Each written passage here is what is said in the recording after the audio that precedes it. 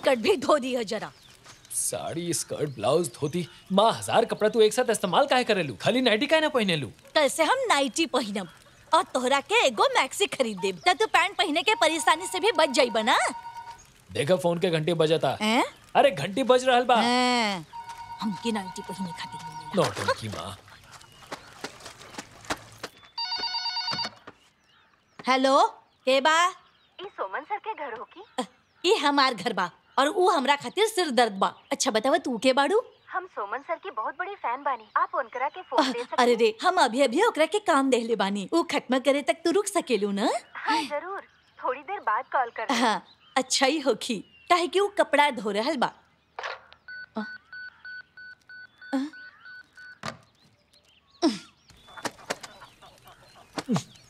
ए बेटा, तोहर कोनो फैन कॉल कइले रहली।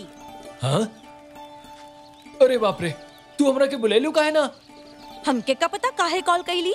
वो कहली कि वापस कॉल करी तोहरा के।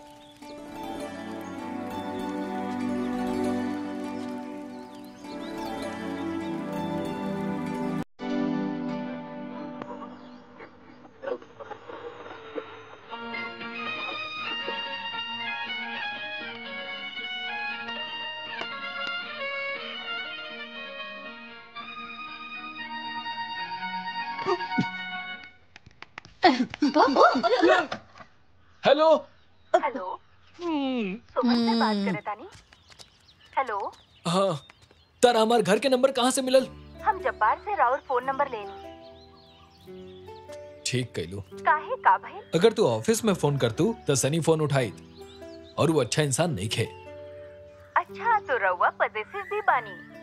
पॉजिटिवनेस हमरा तब बिले तार नाम भी नहीं के पता। हमरा के एक सच बताई, रउआ हमरा कॉल के इंतजार ना करत रानी? ना का?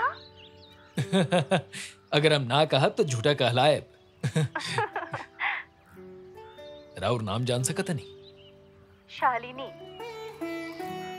शालिनी का तू बेबी शालिनी हूँ? बेबी नहीं, सिर्फ शालिनी।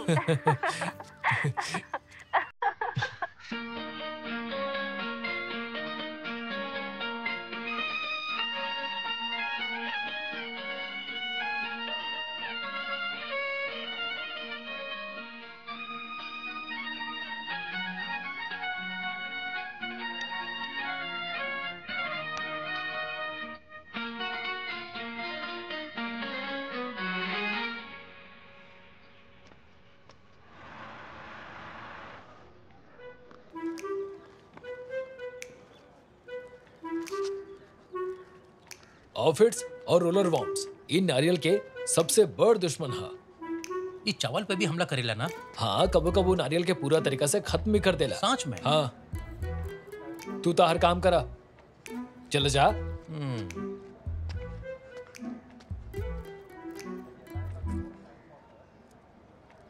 अब बोला। रउआ मोबाइल नहीं खरीद सकेला?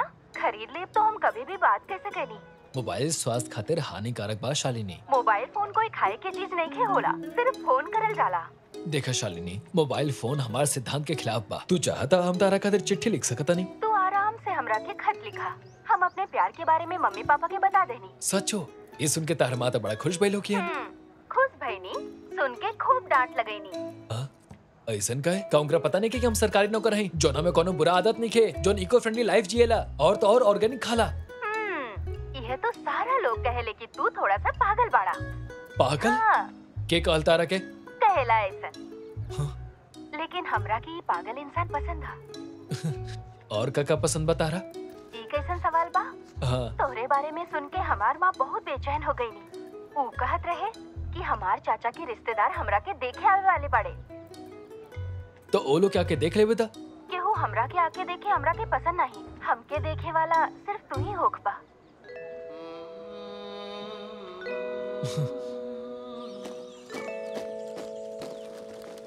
माँ, हम जितना जल्दी हो सके शादी करे के चाहते हैं।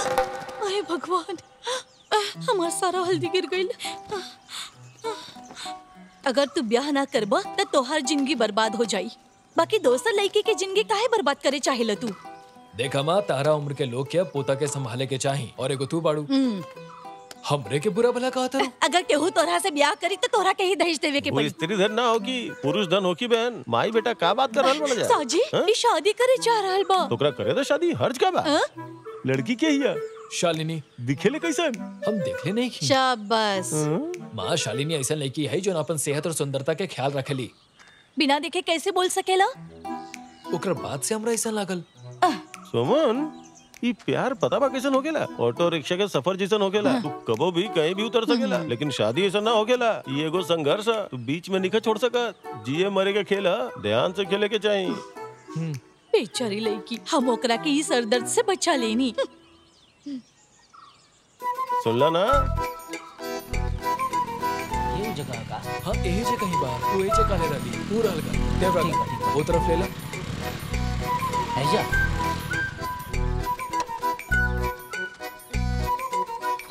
ये घर है? हाँ कहीं कैटरिंग वाला वो दिवांश के घर तो ना है? हाँ चलो अंदर चले। हाँ? चलो चलो चलो चलो। हाँ? जरा जल्दी करा ना, वो लोग आवते ही ठीक बा मेम साहब। अच्छा से तला। हाँ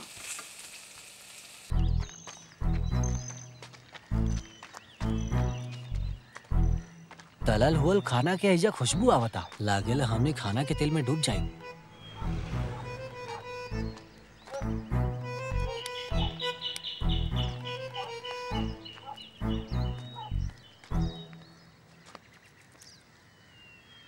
चलो ना वापस चलो जाओ। चलो चलो चलो चलो चलो। यही जा रुका। कैसे ना आदमी हुआ।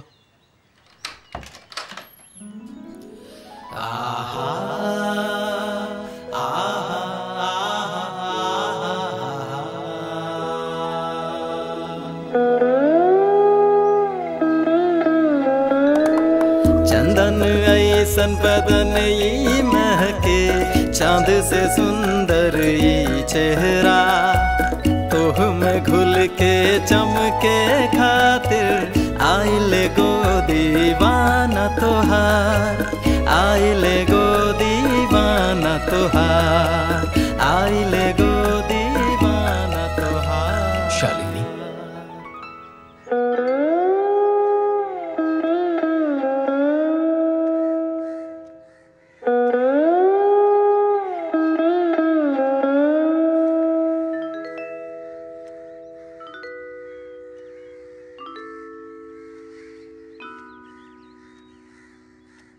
हम अपन बेटी के हाथ एगो मजदूर के हाथ में ना देहब।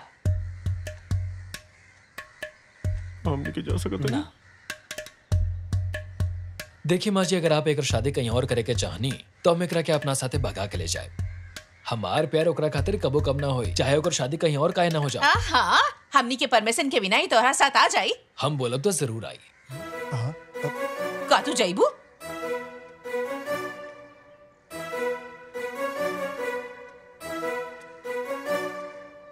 हाँ हम जाइब। रहुआ जरा यहाँ आई।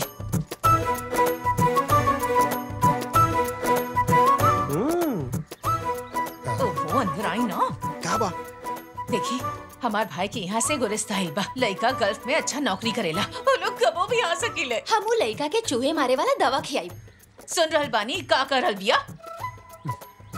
सुना, अगर तू ई लड़का के साथ चल गईलू ना तो हम खुदकुशी कर ले। अगर तू मर भी गईलू तो भी हम सुमन से शादी करब। का तू सोच ले लो। 1000 बार।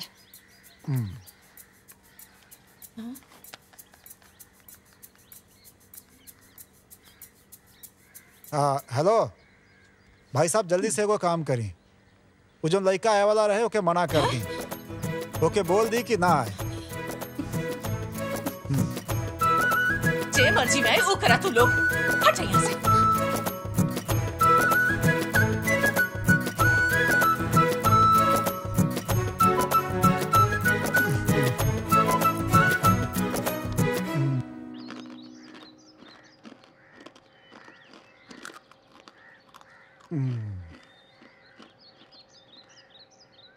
लड़का के केहू डिमांड बा का? वैसे तो कोनो मांग नहीं खे ओकर। बाकी ओकर कहल बा कि सगाई के रस्म ना करे। हाँ, अगर ऐसा बात हो से कहा कि हमके ये रास्ता मंजूर नहीं खे। हमार भाई बिल्कुल सही करल बा। हाँ कहा आप दोनों तो नहीं चुप रहा, कोनो झगड़ा करे के जरूरत नहीं खे। हमरा खातिर हमार बेटी के खुशी जरूरी बा। ए महीना के आखिरी रविवार के शादी करा देता नहीं। अब लेकिन भाई साहब ओकर कहल बा कि शादी आषाढ़ के पहला तारीख के होके के चाहिए। आषाढ़ में ये शादी ना हो सकेला ना भैया? हाँ कैसे का हो गए? लड़का ना सिगरेट पियला ना दारू पियला ना कोनो बुरी आदत बा, बस एक्के बुरी आदत बा ओकरा अंदर कि दारू पियवलन के ना पिए के सलाह देवेला। ई तो बुरा है, कहीं वो हमके भी ये सलाह न देवे लागे। वो तो दी।